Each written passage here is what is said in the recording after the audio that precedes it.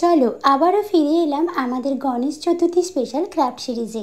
আজকে যেটা করতে চলেছি সত্যি এটা কিন্তু দারুণ একটা জিনিস। তোমরা যারা নিজের হাতে ঠাকুর করতে পারো না তারা কিন্তু এইভাবে ঠাকুর বানিয়ে নিতে পারো। এই যেমন ধরো আমার দ্বারা তো আর এত সুন্দর মাটির ঠাকুর বানানো সম্ভব ছিল না, তাই আমার জন্য এরকম একটা কিট খুবই প্রয়োজন ছিল, যার মধ্যে ছিল একটি প্লাস্টিক গণেশের মোল্ড আর কিছুটা পরিমাণ খুব ভালো একটা মাটি আর কিছু কোকোপিট।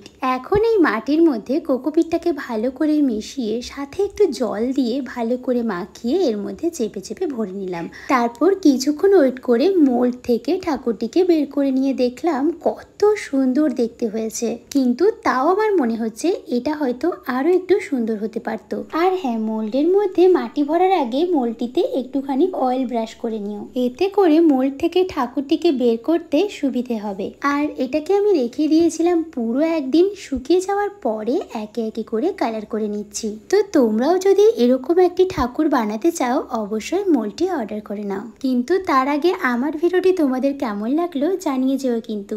দেখা হচ্ছে নেক্সট কোনো ভিডিওটিতে। টাটা।